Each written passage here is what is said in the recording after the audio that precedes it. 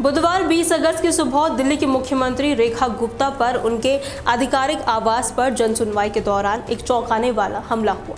ये घटना सिर्फ एक थप्पड़ तक सीमित नहीं थी, बल्कि इसने कई गंभीर सवाल खड़े किए हैं, जिनमें मुख्यमंत्री की सुरक्षा व्यवस्था में बड़ी चूक और जनता के गुस्से का हिंसक रूप शामिल है।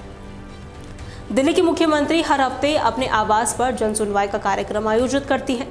ये एक ऐसा मंच है जहां आम नागरिक बिना किसी अपॉइंटमेंट के सीधे मुख्यमंत्री से मिलकर अपनी शिकायतें और समस्या बताते हैं। इस कार्यक्रम की शुरुआत जनता से सीधे जुड़ने के इरादे से की गई थी, लेकिन इसी मंच का दुरुपयोग हमलावरों ने किया। सुबह करीब 10 बजे जब जनसुनवाई चल रही थी, लोगों की भीड़ में एक व्यक्ति मुख्यमंत्री के पास आया।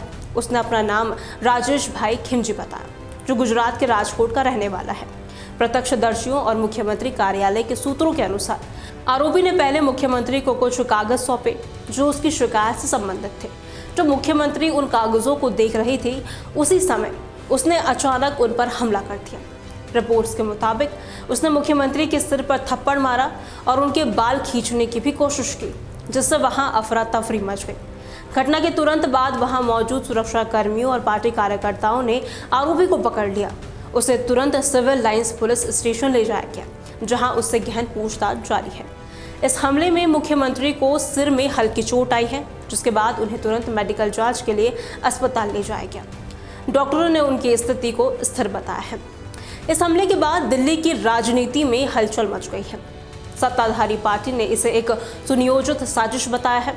पार्टी के नेताओं ने आरोप लगाया है कि यह हमला विपक्ष द्वारा किया गया है ताकि मुख्यमंत्री के जनसंपर्क कार्यक्रम को रोका जा सके। वहीं दिल्ली भाजपा के अध्यक्ष वीरेंद्र सचदेव ने इस घटना की कड़ी निंदा करते हुए इसे एक गंभीर सुरक्षा चूक बताया और इसकी निष्पक्ष जांच की मांग भी की है।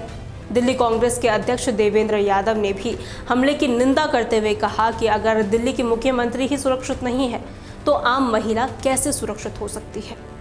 सुबह जन सुनवाई के दौरान मुख्यमंत्री जिस तरह से जनता के बीच में रह के लगातार बात करती हैं, वो बात कर रही थी। ऐसे में एक शख्स उनके पास आता है, कुछ कागज आगे रखता है और अचानक उनका हाथ पकड़कर उनको खींचने की कोशिश करता है। और उस दौरान थोड़ी सी धक्का मुक्की जो होती है, तो कुछ सर उनका शायद हल्का सा लगा है किसी कोने पे, और उसके बाद तत्काल लोगों ने उसको पकड़ लिया है। कौन है वो आदमी, क्या उसकी जानकारी है, पुलिस जाँच पड़ताल कर रही है। तो मुझे लगता है कि आपको तब तक रुकना चाहिए जब तक पुलिस जांच पड़ताल ना कर ले, उसके बारे में जानकारी ना मिल जाए, क्योंकि लगातार उसकी एक बार जांच पड़ताल हो जाए। मुख्यमंत्री की हालत अभी स्थिर है, डॉक्टर्स उनको देख चुके हैं। सदमा जरूर लगा है, जिससे उनको थोड़ी चिंता हुई है, लेकिन हमने मुख्यमंत्री से मैं मिलकर आया हूँ और उस बहन को, मजबूत महिला हैं वो जानती हैं कि उनकी कमिटमेंट दिल्ली के लिए है और उन्होंने इस बात को स्वीकार किया है कि मैं अपने रोजमर्रा के कामों से नहीं रुकूंगी। ऐसा लगता है कि उनके सर पे हल्का सा कुछ लगा है, जैसे अब वो कोना टेबल नहीं, पत्थर थप्पड़ जो चला रहे हैं वो फैब्रिकेटेड है, लेकिन टेबल का कोई कोना या कुर्सी का कुछ कोना सर पे जरूर ऐसा लगता लगा है जिसकी। नमस्कार दोस्तों, आज खबर आ रही है कि दिल्ली की मुख्यमंत्री रेखा गुप्ता जी के ऊपर किसी ने हमला किया, थप्पड़ मारने की कोशिश की। मेरा मानना ये है कि ये पूरी तरीके से निंदनीय है। किसी भी तरीके की हिंसा का हमारे समाज में और हमारे देश में बिल्कुल स्थान नहीं है। और ये बात आज नहीं, ये बात महात्मा गांधी जी ने हमें आज से 100 साल पहले सिखाई थी। दिल्ली की राजनीति में इस तरह के हमले कोई नई बात नहीं है। दिल्ली के पूर्व मुख्यमंत्री अरविंद केजरीवाल के साथ भी उनके राजनीतिक करियर के दौरान कई बार इसी तरीके की घटना देखने को मिली थी, जिन्होंने सुरक्षा और लोकतांत्रिक विरोध के तरीकों पर गंभीर सवाल खड़े किए हैं।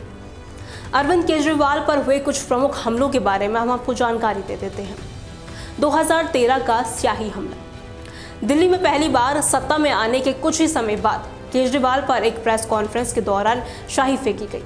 यह हमला भ्रष्टाचार के मुद्दों पर उनके रुख के विरोध में किया गया था। 2014 का थप्पड़ कांड।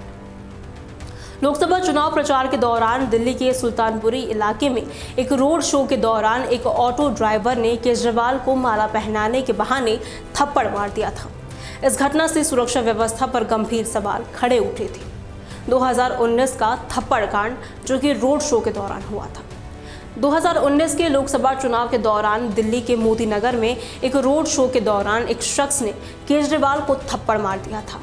यह हमला तब हुआ जब केजरीवाल अपनी खुली जीप में लोगों का अभिवादन कर रहे थे।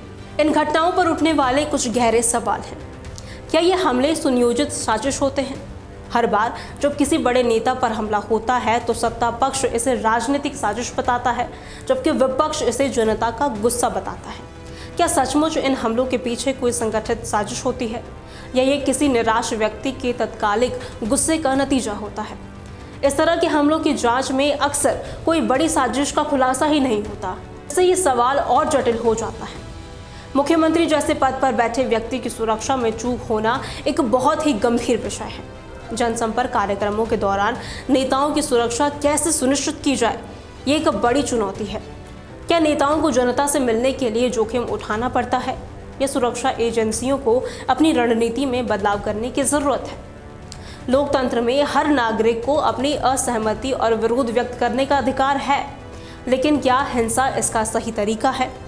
क्या ये घटनाएं इस बात का संकेत है कि हमारे समाज में लोकतांत्रिक विरोध प्रदर्शन के तरीके कमजोर हो रहे हैं और लोग हिंसक तरीकों को अपना रहे हैं? अक्सर हमला करने वाले व्यक्ति को बाद में मानसिक रूप से अस्थिर बता दिया जाता है। क्या यह सच है, या सिर्फ हमले के पीछे के मकसद को छिपाने का एक नया तरीका है? इस तरह के हमलों के मूल कारणों को समझना बेहद जरूरी है। तहलका की इस खास पेशकश में फिलहाल के लिए इतना ही। खबरों के लिए बने रहें तहलका डिजिटल के साथ।